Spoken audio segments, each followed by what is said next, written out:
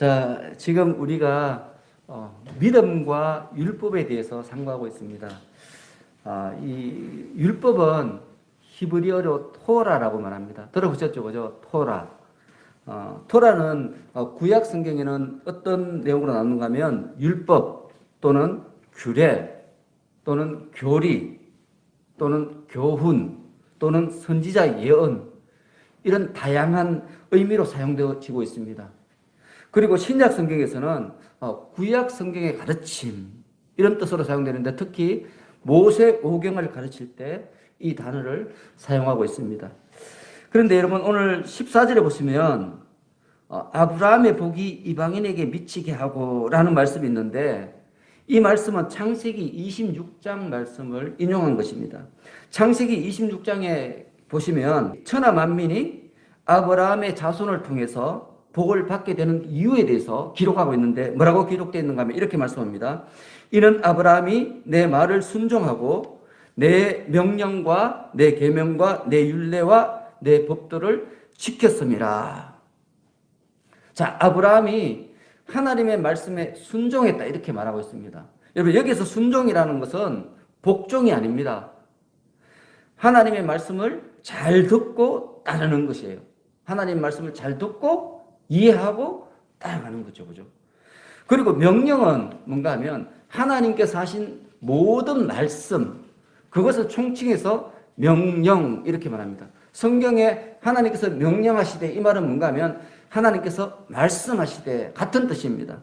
그래서 아브라함이 하나님의 명령에 순종했다, 이 말은 무슨 말인가 하면 아브라함이 하나님을 온전히 믿었다, 이런 뜻입니다. 여러분, 이 복종과 순종이 좀 다릅니다. 이 복종은 뭔가 하면 두려워서 따르는 거예요. 그 말씀을 따르지 않으면 어떤 보복이나 어떤 응징이 따르기 때문에 어쩔 수 없이 따르는 것을 복종, 이렇게 말합니다. 그런데 순종은 그게 아니고 내가 좋아서 따라가는 거죠. 믿음으로 가는 거죠. 그죠? 그래서 하나님께서 우리에게 원하시는 것은 복종이 아니라 순종입니다. 우리가 그걸 알아야 됩니다. 그런데 아브라함은 하나님의 말씀에 온전히 순종했다는 것입니다. 그리고 이어서 계명과 율례와 법도라는 말이 나오는데, 이것을 아브라함이 다 지켰다는 거예요. 그런데 여기서 계명은 뭔가 하면 도덕적인 법을 말합니다. 그리고 율례는 종교적인 법, 그리고 법도는 사회적인 법, 그걸 말하고 있습니다. 그래서 아브라함이 하나님을 온전히 믿고 하나님께서 정하신 도덕법과 종교법과 사회법을 다 잘 지켰어요. 그래서 우리 하나님께서 그를 믿음의 조상으로 삼으셨다는 것입니다. 그리고 그를 통해서 천하 만민이 복을 받게 하셨다는 거죠. 여러분, 우리가 하나님을 믿는다, 이 말은 뭔가 하면, 다른 말로 하면 하나님의 계명과 율례와 법들을 자발적으로 지킨다, 이런 뜻입니다. 하나님이 무서워서 하나님의 계명과 율례와 법들을 지키는 것이 아니라 너무 좋아서, 우리가 마음속에 그것을 지키는 것이 너무 기뻐서 그것을 지키는 거죠. 그러할 때 우리가 아브라함의 자손이 되는 거예요. 즉 갈라디아서 그걸 우리에게 강조하고 있습니다. 그래서 여러분, 이스라엘 백성들은 아브라함을 본받기를 원했고, 하나님께서 모세를 통해서 주신 율법을 지키기에 정말 온 힘을 기울였습니다. 어릴 때부터 모세오경을 다 외우게 했어요. 그 정도로 굉장히 이 율법을 강조했던 것이 바로 이스라엘 백성들이었습니다. 그런데 여러분, 문제가 있었죠. 그게 뭔가 하면 이스라엘 백성들이 율법을 다 외우기는 외우는데 지킬 수가 없는 거예요. 여러분, 이게 문제죠.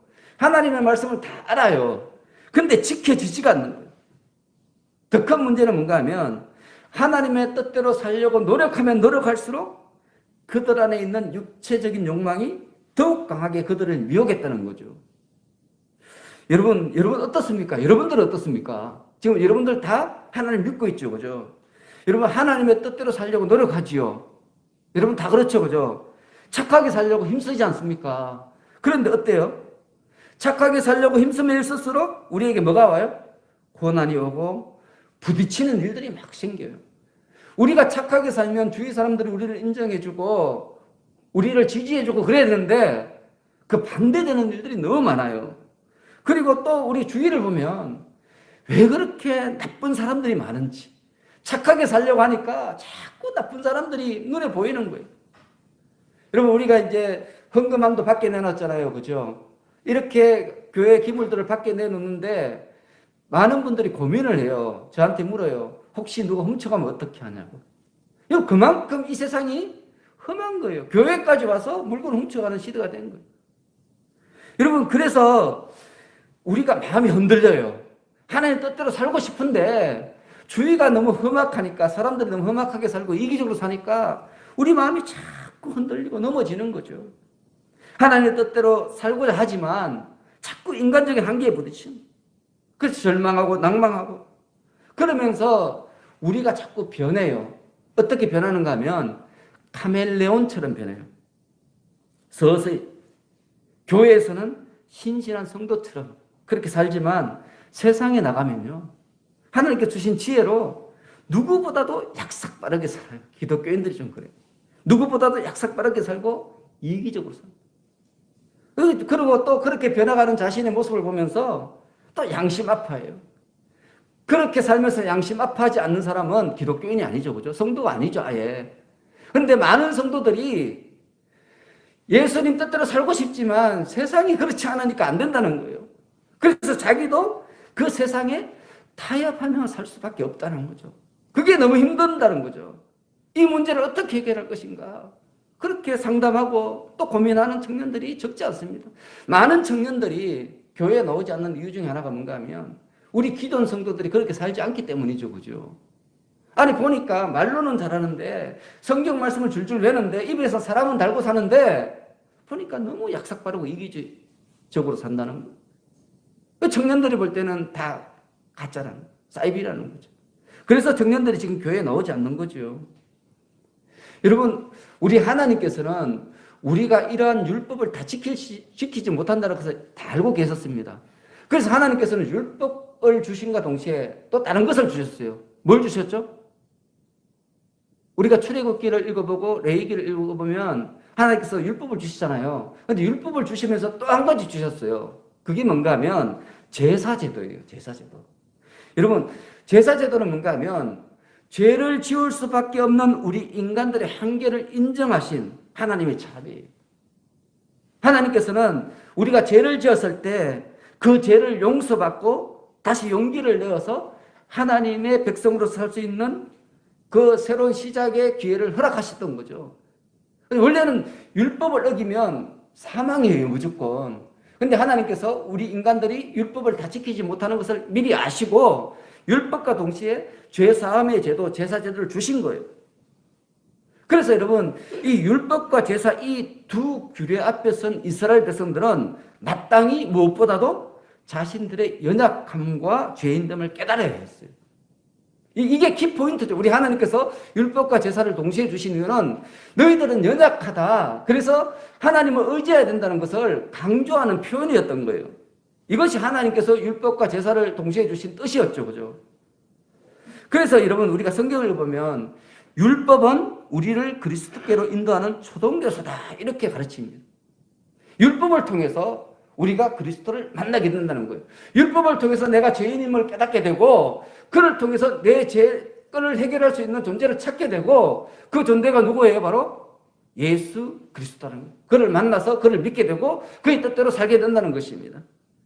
그래서 우리 예수님께서는 이런 율법을 믿음의 법으로 거듭나게 하시기 위해서 굉장히 놀라운 일들을 하셨어요. 가장 먼저 하신 일은 뭔가 하면 친히 이 땅에 인간으로 태어나셨어요. 우리 예수님은 하나님이시죠. 그죠? 그런데 율법을 믿음의 법으로 거듭나게 하기 위해서 가장 먼저 뭘 하셨는가 하면 하나님이신 예수님이 인간으로 이 땅에 태어나셨다는 거예요. 그리고 두 번째 뭘 하셨는가 하면 우리 예수님은 율법대로 사셨어요. 율법대로. 그리고 율법의 요구를 따라 모든 사람들의 죄를 다 홀로 지시고 십자가에 달려 죽으심으로 율법 안에 신앙하며 살아가고 있는 모든 죄인들을 속량하셨습니다. 그리고 그를 통해서 구약의 모든 율법들을 예수 그리스도의 십자가 복음 안에서 완전하게 하셨고, 예수 그리스도의 십자가 복음을 믿는 모든 사람들을 믿음으로 의롭다 하시고 그들을 구원하게 되신 거죠. 여러분, 지금 우리가 지금 갈라디아서를 상고하고 있는데 갈라디아서가 바로 이 사실에 대해서 명쾌하게 가르치고 있습니다. 그리고 우리가 지금 계속해서 이 진리에 대해서 상고하고 있는 거죠. 그리고 오늘 본문도 지난 본문에 이어서 율법과 믿음을 대조합니다. 이신칭의 교리가 뭐냐? 여러분, 지금 바울이 이신칭의 교리를 강조하고 또 강조하고 설명하고 또 설명하죠. 왜 그런가 하면 이것은 머리로 이해하는 것이 아니라 마음으로 이해해야 되는 문제이기 때문에 그래요. 우리 마음이 이신칭의가 뭔지 받아들이고 우리 마음이 변화되어야 되는 문제이기 때문에 그래서 강조하고 또 강조하고 했던 말을 또 하고 또 하고 이렇게 말씀하는 거예요.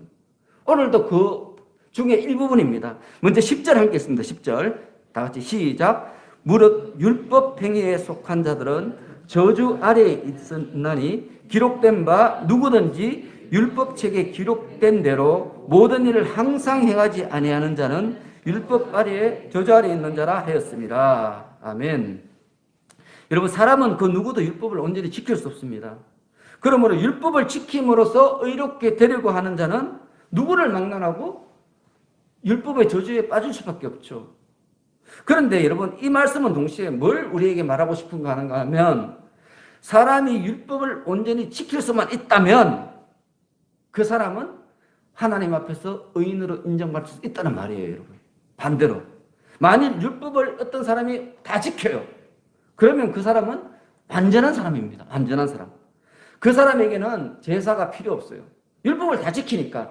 제사제도는 율법을 어긴 사람들을 위해서 만든 제도지 않습니까? 근데 율법을 다 지켜요. 그러면 제사제도가 필요 없어요. 그리고 또 누가 필요 없죠?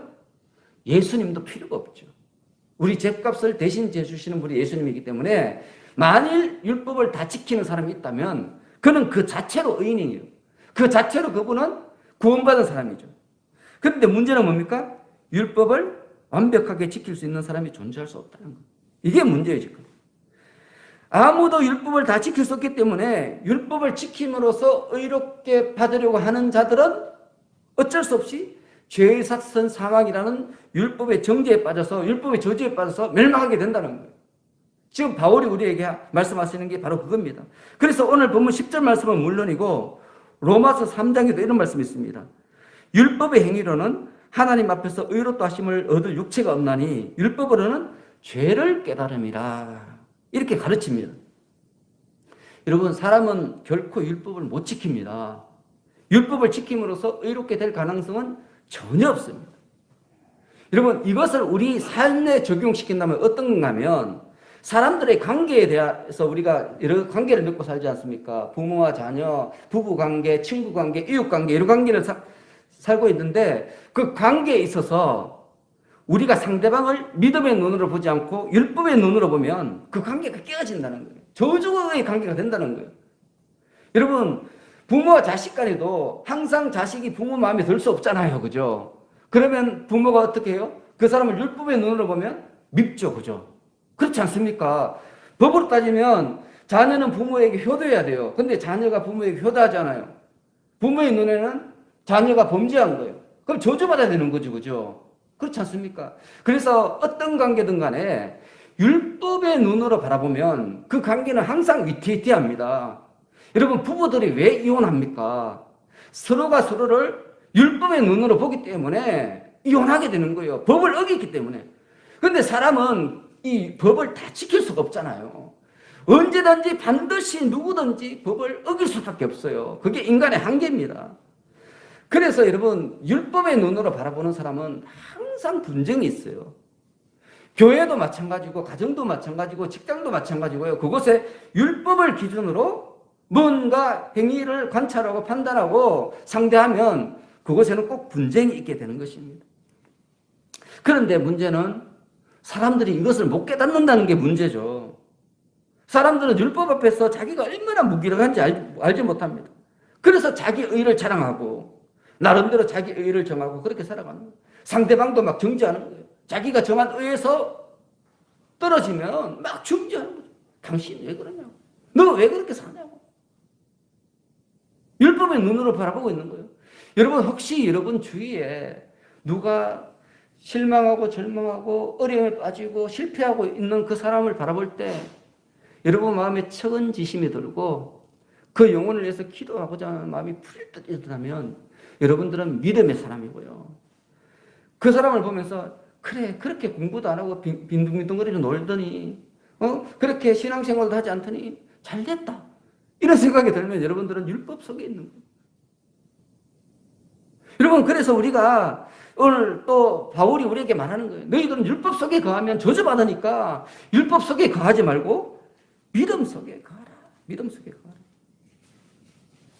여러분 그러므로 우리가 정말 주의해야 될 것은 뭔가 하면 내가 행한 의를 내세우면 안 돼요. 내가 뭔가를 했는 것을 내세우고 싶으면 나는 지금 율법 속에 있는 거예요. 율법 속에.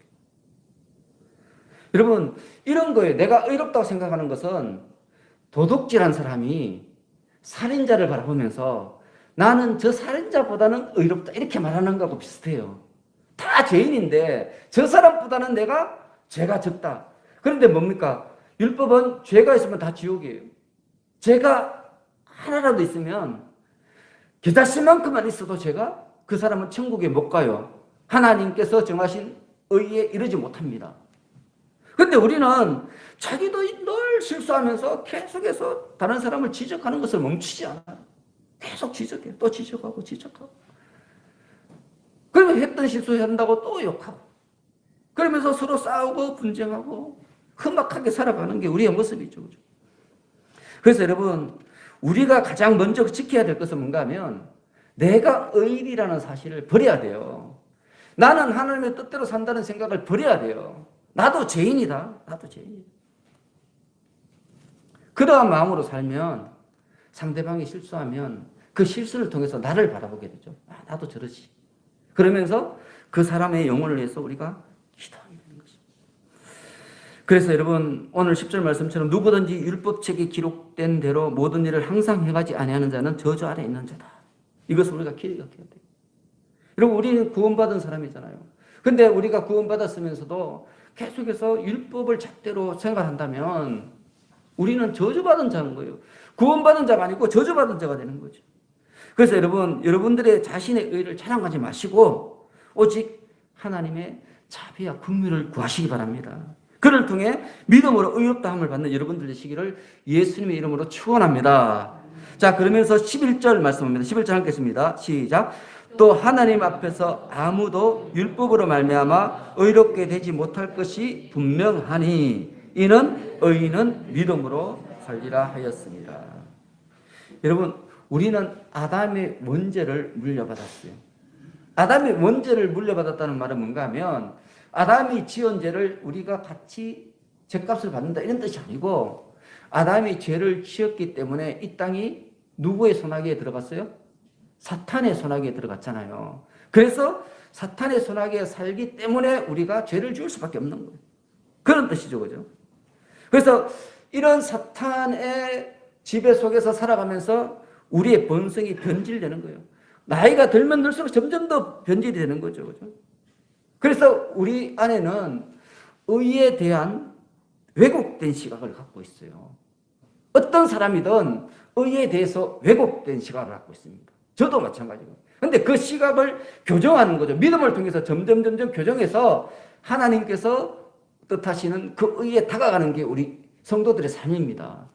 그런데 너무 많은 사람들이 이 사실에 대해서 또 성경에 등장하는 사람은 물론 이 시대를 살아가는 사람들까지도 인정하지 않아요.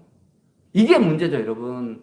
내가 의에 대해서 왜곡된 시각을 가지고 있다는 사실을 인정하면 왜곡된 시각을 고치기 위해서 노력할 수 있는데 그런데 그걸 인정하지 않으니까 성경에 등장하는 많은 사람들은 물론이고 지금 이 시대 사람들도 똑같은 실수를 계속 반복하고 있는 거예요.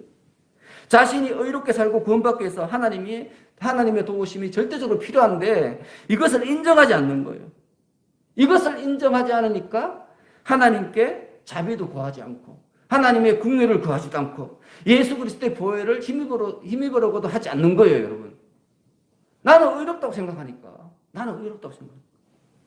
그래서 이 사람들은 내가 의롭다고 생각하면서 자꾸 의를 만들어내요. 그러면서 끊임없이 자기들의 불의에 대한 변명들을 자꾸 늘어놓죠. 여러분, 이 시대의 법도 그렇지 않습니까? 지금 뭐 입법부에서 부동산법이 뭐 20몇 번 바뀌었잖아요. 이게 뭔가 하면 전부 다 자기들 나름대로 의의를 주장하는 거예요. 주장하는 거예요.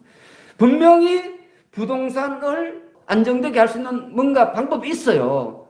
근데 그 방법을 찾지 못하는 거예요. 왜냐하면 전부 다 자기가 생각하는 자기 의의를 주장하기 때문에 그런 거죠. 그래서 지금 법이 막 누더기가 돼 있죠. 그죠? 여러분, 우리 사람들이요. 지금 이 시대 사람들은 뭔가 다른 사람이 범죄하면요. 그걸 그냥 보지를 못해요. 사람들은 누가 조금 잘못하면요. 마치 자기는 완전히 의인이에요. 자기는 의인이에요. 자기는 전혀 죄가 없는 사람인 것처럼 좀 더 용서하지 않아요. 막 냉정하게요. 제가 이 기사를 읽으면 막 무섭습니다. 야, 소돔과 고모라가 이 정도였을까? 그런 생각이 들 정도로 섬뜩합니다. 막 마녀 사냥하듯이 군중 심리가 도취되어가지고 그 사람을 막 정죄하고 심판합니다. 알지도 못하면서. 여러분, 알겠습니까? 개인적으로 모르지 않습니까? 누구에게 들려온 소문 하나만 듣고 알지도 못하면서 막 정죄하고 심판하고 판단하고. 여러분, 너무 많은 사람들이 자기 죄는 전부 다 꽁꽁 숨겨놓고 자기도 죄인이잖아요. 근데 자기 죄는 숨겨놔요. 아직 드러나지 않았기 때문에. 어찌하든지 타인의 죄는 막 찾아내려고. 또 찾아내서 정죄하고 심판해야 속이 후련한 거예요. 여러분, 이 시대를 사는 사람들 시대 정신이 지금 바로 그런 거죠. 그죠? 너무 무섭습니다. 두렵습니다. 그런데 더 큰 문제는 뭔가 하면 이제 교회들까지도 용서하는 것에 머뭇한다는 거예요. 여러분, 교회도 똑같다는 거예요. 우리 성도들도 자기들은 전혀 죄가 없다는 듯이 똑같이 욕을 해요. 똑같이 욕을 해요. 또 돌팔매질을 하고. 이게 가장 큰 우리가 왜곡된 믿음의 모습이라는 거예요. 여러분, 성경에 이와 같은 내용들이 자세하게 기록되어 있습니다.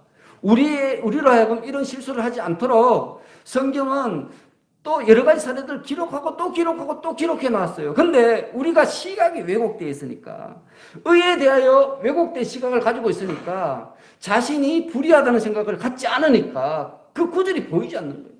나는 죄인입니다. 이런 고백이 있는 사람이 예수 그리스도의 보혈에 대해서 눈물을 흘리고 통회하고 자기 죄를 자복하는 회개가 나오는데, 이 세상에 있는 많은 사람들이, 특히 지금 우리 성도들까지도 자기가 의롭다고 생각하니까 가차없이 돌팔매질이 나오는 거예요.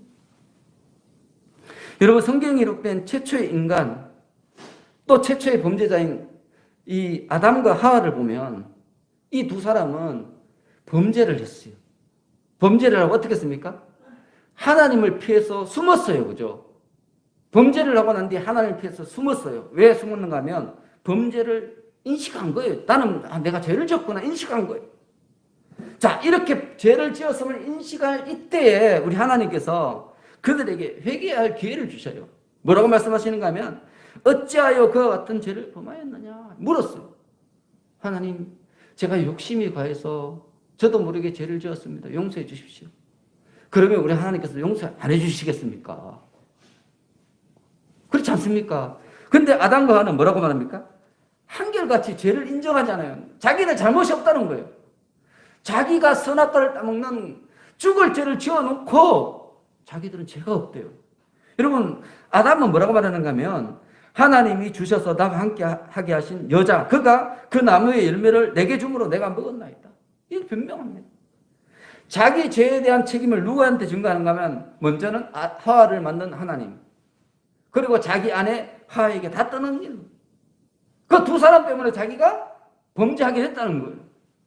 그리고 하와에게 물으니까 하와가 뭐라 말하는가 하면 뱀이 나를 깨물어 내가 먹었나이다. 그 책임을 누구한테 돌려? 뱀에게 돌리는 거예요. 자기들은 죄가 없는데 하나님이 잘못했다는 거예요. 지금 아담과 하와의 이 기본적인 모습이 그거예요.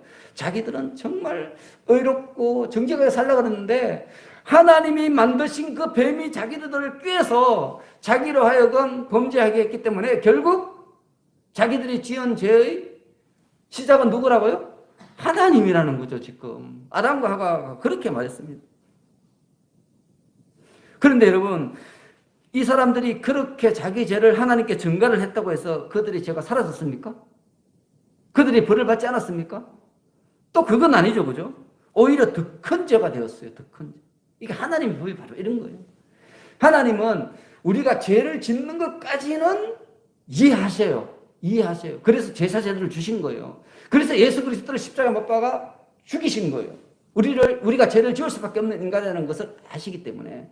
그런데 뭘 용납하시지 않는가 하면 자기가 지은 죄를 인정하지 않는 것은 용납하지 않는 거예요. 굉장히 미워하세요. 그런 자는 다 구원받지 못하고 멸망당합니다. 하나님께서는 그런 법을 정해놓으신 것입니다. 그러므로 여러분, 자기 죄를 감추는 사람은 악한 사람입니다.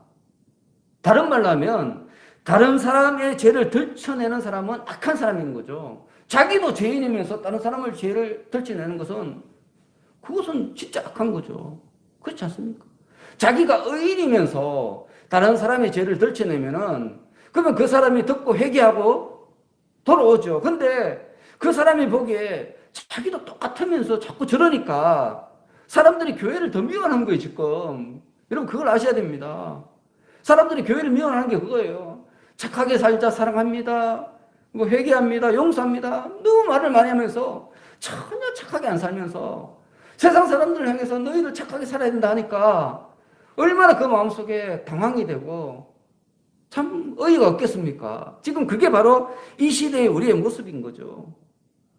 근데 이 시대뿐만 아니라 예수님이 사시던 그 시대에도 똑같다는 거예요. 유대교를 믿던 유대인들이 그런 식으로 살았어요. 그래서 우리 예수님께서 이런 말씀을 하셨어요. 너희들의 눈에 있는 들보는 보지 못하고 왜 다른 사람들의 눈에 있는 티끌을 빼내려 하느냐. 여러분, 지금 우리가 그런 위치에 있는 거예요, 지금. 특히 우리 목사들이 그런 거죠. 목사들은 자기들이 정직하게 살지도 않으면서 성도들한테 정직하게 살라고 그러고 거짓말 하지 말라고 늘 말하면서 성도들 앞에서 그렇게 말하면서 자기는 거짓말해요. 여러분, 지금 우리가 자동문 하려고 그러잖아요, 그죠? 그래서 얼마 전에 한 분을 불러서 제가 이렇게 물어봤는데요. 그분이 뭐 이렇게 하는데 이렇게 편법으로 이렇게 하면 됩니다 이러는데 제가 편법은 안 됩니다 하니까 이상한 눈으로 저를 쳐다보더라고요. 아, 저는 불법 안 합니다. 근데 그분이 하는 말이 아니, 다른 교회 가면 막 해달라 그러던데 왜 목사님은 안 그럽니까? 이렇게 이야기하더라고요. 그래서 제가 그분한테 이런 말을 했어요. 목사까지도 정직하지 못하면 이 시대를 무슨 희망을 갖고 살겠습니까? 제가 그렇게 말했습니다. 그렇지 않습니까? 교회까지도 불법을 용인한다면은 이 시대 사람들은 무엇이 희망을 두고 살겠냐 이 말이에요. 제가 어르신들 때문에 지금 마음이 우리가 이제 코로나 끝나면 식당 2층 있잖아요. 마음이 늘 아파요. 어르신들 이 계단 올라가시려면 힘들잖아요. 그래서 어떻게든지 엘리베이터를 달아보려고 계속 기도하고 있고 그래서 그 업자를 불러서 물어봤는데 우리 교회가 이 용지의 100%를 다 사용하고 있어서 못 짓는답니다. 불법으로 하면 할 수는 있대요. 근데 불법으로 할 수는 없죠, 그죠? 그러니까 이게 지금 현대 우리의 모습이 바로 이거예요. 제가 목사로서 제일 괴로운 게 뭔가 하면 제가 바른 믿음을 살지 못할 때요. 그때는 설교하기 싫어요. 그래서 우리 집사람한테 제가 늘 뭐라고 말하는가 하면 나 일찍 은퇴할 거야. 이러면은 집사람이 막 뭐라고 해요. 당신은 목회도 늦게 했는데 조금 더 해야지 왜 일찍 은퇴하려고 그러냐. 그런데 저는요 늘 무거워요. 솔직히 말씀드려서 제가 이렇게 말씀을 전하는 게 늘 무거워요. 왜냐하면 제가 지키지 못하는 말을 여러분들에게 설교한다고 해서 여러분들이 제 말을 하나님 말씀을 듣고 순종하겠냐 이거예요. 목사가 말은 잘하네 이러죠, 그죠? 그만큼 이 목사라는 이 위치가 하나님 말씀을 대하는 위치가 무서운 거죠. 무서워요. 그래서 저는 늘 무섭습니다. 설교 준비를 하면서도 매일 두려워요. 도대체 이 말씀을 어떻게 전해야 되지? 혹시 하나님의 뜻이 아니라 내가 내 마음대로 이렇게 말씀을 전하면 어떻게 되지? 늘 두려워요. 그래서 저는 빨리 은퇴하고 싶거든요. 솔직히 말해서 빨리 은퇴하고 싶고. 그런데 하나님께 주신 사명이 있으니까 하나님이 하라는 대로 해야 되겠죠. 그죠? 이게 우리 성도의 마땅한 자세 아니겠습니까? 그래서 제 소원은 그런 거예요. 그만큼 우리가 믿음으로 사는 것이 힘들다는 거죠. 예수 믿는 것이 행복합니까? 솔직히 말해 보십시오. 어렵잖아요. 그죠? 어렵잖아요. 자녀들 잘못해도 뭐라고 말도 못하고 용서해야 되고 참아줘야 되고 끝까지 기다려줘야 되고 그게 우리 성도들의 삶 아닙니까? 그런데 목회가 너무 재미있고 행복하고 막 이러면은 저는 너무너무 부러워요. 나도 저런 목회 한번 해보고 싶다. 그런 생각을 참 많이 합니다. 저는 목회가 너무 힘들어요. 솔직히 말씀드려서. 여러분들이 저에게 속썩여서 힘든 게 아니고 제가 하나님의 말씀을 듣기에 제가 너무 죄인이기 때문에 힘든 거예요. 죄가 없어야지 하나님으로부터 예수 그리스도의 십자가 보혈로 제 죄를 해결해야지 제가 하나님의 말씀을 들을 수 있는데 근데 저는 여전히 계속 죄를 짓거든요. 계속해서 죄를 지니까 계속해서 회개해야 되고 죄를 지으면 하나님의 음성이 안 들리니까 참 어려운 게 바로 이 성도의 삶입니다. 여러분들도 마찬가지 아니겠습니까? 그런데 우리는 자꾸 남의 덜보를 자기 눈에 있는 덜보는 인식하지 못하고 자꾸 남의 눈을 티끌을 빼려고 그러니까 자꾸 믿음으로 살지 않고 율법으로 살려고 그러니까 마음이 힘들고 삶도 힘들고 괴롭고 어려운 거예요. 더 어려운 거죠. 그래서 여러분 우리는 무엇보다도 겸손하게 예수님의 십자가를 본받아야 됩니다. 특히 다른 사람의 죄까지도 기꺼이 하나님 앞에 들고 나가야 됩니다. 그리고 그 죄를 사해달라고 간절히 기도해야 되는 거죠. 그게 우리 성도들의 마땅히 가져야 되는 기본적인 자세라는 것입니다. 그래서 13절의 말씀입니다. 13절 함께 했습니다. 시작. 그리스도께서 우리를 위하여 저주를 받은 바 되사 율법의 저주에서 우리를 속량하셨으니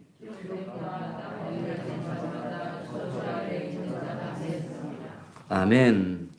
그런데 여러분 우리 예수님께서 무엇 때문에 이처럼 자신이 직접 십자가에 못 박히는 무서운 저주를 받으면서까지 우리를 율법의 저주에서 구원하시려고 하셨습니까? 그 이유가 뭡니까? 우리를 사랑하시기 때문에. 다른 이유는 없습니다, 여러분. 예수님께서 우리를 사랑하셨기 때문에 그 같은 모욕도 참으시고 고통도 참으시고 죽음까지도 마다하지 않은 예수님은 자기가 받을 모욕이나 고통이나 죽음보다도 우리를 더 사랑하셨던 거예요, 여러분. 그렇지 않습니까? 믿으십니까? 그래서 성경은 이렇게 말합니다. 우리가 아직 죄인 되었을 때 그리스도께서 우리를 위하여 죽으심으로 하나님께서 우리에 대한 자기의 사랑을 확정하셨느니라. 여러분, 상대방이 지금 죄인이에요. 근데 이 사람을 구하려면 우리가 뭘 해야 돼요? 그를 위해서 죽어야 된다는 거예요. 우리 예수님이 그렇게 하셨다는 거예요. 우리가 죄인인데 하나님께 손가락질하는 사람인데 이 사람들을 의인으로 구원하기 위해서 우리 예수님이 뭘 하셨어요? 그를 위해서 대신 죽으셨다는 거예요. 그를 통해서 우리들을 구원하셨다는 거예요. 여러분 우리도 작은 예수잖아요. 그러니까 여러분 주위에 구원해야 될 사람이 있으면 그 사람은 죄인이죠. 그죠? 아직까지 예수를 안 믿으니까 다 죄인이잖아요. 이 죄인을 구원하려면 어떻게 돼요? 내가 그 사람을 위해서 죽어야 되는 거죠. 그 사람을 자꾸 욕할 것이 아니라 당신 왜 교회 안 나와? 다시 그렇게 살면 지옥 가? 이렇게 말하면 안 되죠. 그건 율법이에요. 근데 우리가 그렇게 이야기하잖아요. 그렇게 이야기함으로써 점점 그 사람이 하나님으로부터 멀어지게 만들어요. 율법은 하나님으로부터 멀어지게 만드는 도구예요, 여러분. 그걸 아셔야 됩니다. 왜? 율법을 다 못 지키니까. 율법을 못 지키면 저주받으니까. 그래서 우리가 복음으로 나가야 돼요. 예수님께서 우리가 죄인 됐을 때 그리스도께서 우리를 위하여 죽으심으로 하나님께서 우리에 대한 자기 사랑을 확정하셨듯이 우리도 그 사람을 사랑합니다는 것을 확정하기 위해서 뭘 해야 돼요? 그 사람을 위해서 죽어야 되는 거죠.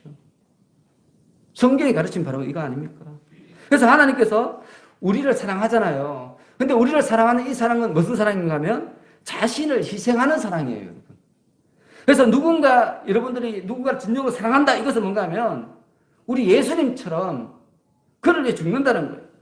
여러분, 우리 어머니들 보면 본능적으로 자녀를 위해서 희생하는 순간이 오면 어떻게 해요? 그냥 망설이지 않잖아요, 그렇죠? 우리 어머니들은 자녀들이 어려우면 망설이지 않고 몸을 던져요. 본능적이에요, 본능적. 그러므로 여러분, 우리가 누구를 사랑한다는 말은 망설이지 않는다는 거예요. 그를 위해서 희생하는 것을 망설이지 않는다는 거죠. 여러분, 오늘 우리가 예배 시작하기 전에 서로 사랑합니다 그랬잖아요. 이 말은 뭔가 하면 당신이 어려움에 처했을 때 내가 당신을 위해서 희생하는 것을 망설이지 않겠습니다, 이런 뜻입니다. 매일 예배 드리기 전에 그걸 고백하잖아요. 왜냐하면 우리 예수님이 우리를 그렇게 사랑하셨기 때문에 제가 여러분들에게 그렇게 인사하라고 말하는 이유는 바로 이런 뜻이 있는 거예요. 그만큼 하나님께서 우리에게 주신 사랑은 놀라운 사랑이고 우리 입술로 고백하기 힘든 그런 어려운 사랑이라는 것입니다. 그런데 우리는 너무 쉽게 사랑한다 그러잖아요. 너무 쉽게 하나님을 사랑한다. 형제 자매를 사랑한다. 그런데 막상 어떤 희생하는 순간에 오면 그 모습을 외면합니다. 양술. 여러분 그게 우리 지금 현재 우리 애들의 모습이죠. 그죠? 여러분 우리는 예수님의 사랑을 본받는 사람입니다. 예수님처럼 하나님을 사랑해야 되고 예수님처럼 형제 자매를 사랑해야 됩니다. 또 예수님처럼 우리 부모도 사랑해야 돼요. 저도 그 부분에 대해서 좀 부끄러운데요. 우리 예수님은 십자가에 달려 돌아가시는 그 순간에도 절체절명이다 얼마나 아프겠습니까? 하루 종일 채찍에 맞고 십자가에 달려서 돌아가시 직전에도요. 어머니 마리아를 요한에게 맡기시잖아요. 본이죠, 본. 그게 자녀들이 해야 될 삶이죠. 행동이죠. 마땅히 감당해야 되는 거죠. 그런데 그게 잘 안 되죠, 우리들. 왜냐하면 믿음이 부족하고 하나님에 대한 알미 부족하기 때문입니다. 여러분 우리는 예수님이 하신 삶을 그대로 본받는 사람들이에요. 그런데 그렇게 살지 못하고 자꾸 우리 부모는 나한테 못해주고 우리 아들은 나한테 이렇게 못해주고 우리 형제는 나한테 못해주고 이런 생각이 드는 것은 아직 내가 어디에 있는 거예요? 율법에 있는 거예요. 율법. 율법에 있는 사람은 어떻게 돼요? 저주를 받아요. 여러분. 저주를. 구원 못 받습니다. 오늘부로 여러분 율법을 벗어버리시기 바랍니다. 믿음의 눈으로 보세요. 남편도 아내도 믿음의 눈으로 봐야 돼요. 남편이 어려우면 아내가 와서 도와줘야 되죠. 도와줘야 돼요. 왜? 예수님이 그렇게 하셨으니까 우리에게. 맹인이 눈을 못 뜨고 거린으로 사니까 우리 예수님이 이렇게 해서 눈을 뜨게 해주셨잖아요. 불쌍히 여기셨잖아요. 그게 우리의 역할이라는 거예요. 내 아내가 잘못하고 내 남편이 잘못하고 또 우리 아들이 잘못하고 우리 형제가 잘못하면 가서 알려주고 그 사람이 제대로 살 수 있도록 도와주는 거예요. 그게 우리 성도들의 마땅히 행해야 되는 삶의 모습이라는 거예요. 그렇게 사는 것이 바로 믿음으로 사는 거예요.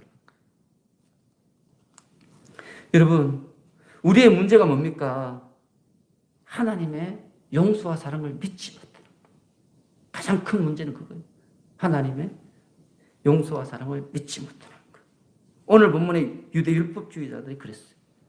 하나님의 용서와 사랑을 못 믿으니까 이 사람들이 뭔 짓을 했는가 하면 억지로라도 무언가를 하려고 하는 거예요. 그 무언가가 바로 율법을 지키는 거죠. 그를 통해서 구원받아주려고 합니다. 여러분 믿음이 없이는 하나님을 기쁘시게 할 수 없습니다. 믿음이 없이는 구원받을 수도 없습니다. 그래서 여러분들 믿음을 가지시기 바랍니다. 특히 믿음에 대해서 제가 지난주에 말씀드렸잖아요. 첫 번째는 하나님을 경외해야 되고 두 번째는 뭐예요? 자기가 지은 죄를 회개하고 다시 같은 죄를 반복하지 않는 것. 제가 지난주에 너무 쉽게 가르쳐 드렸지 않습니까? 믿음은 다른 게 아니에요, 여러분. 하나님을 경외하는 것, 하나님을 사랑하는 것. 두 번째는 같은 죄를 반복하지 않는 거예요. 그리고 오늘 본문에 뭡니까? 상대방을 율법의 눈으로 보지 않고 무슨 눈으로? 믿음의 눈으로, 사랑의 눈으로. 지금 바울이 우리에게 그걸 가르치고 있는 것입니다. 그래서 여러분 하나님의 사랑을 온전히 믿으시고 그 안에서 평안과 기쁨을 누리시되 함께하는 사람들에게도 그것을 선물로 전해주시기를 예수님으로 축원합니다. 자, 기도하겠습니다. 하나님 아버지, 세상의 모든 사람들은 죄악된 세상에서 죄와 타협하며 살아가는 죄인들입니다. 그러한 사람들 중에서 저희들을 구별하시고 구원하신 것은 오직 하나님은 사랑이시기 때문임을 믿습니다. 이러하신 크신 사랑으로 저희들을 구원하셨으니 저희들이 믿음을 지키고 의의 길을 걸을 수 있도록 한량 없으신 하나님의 사랑을 부어주시기를 원합니다. 그를 통해 하나님의 사랑을 힘껏 전하는 저희들이 되기를 원합니다. 오늘 성령 충만, 믿음 충만 주셔서 복음의 일꾼으로서 복된 삶을 살아가는 저희들로 삼아 주옵소서. 예수 그리스도 이름으로 기도하옵나이다. 아멘.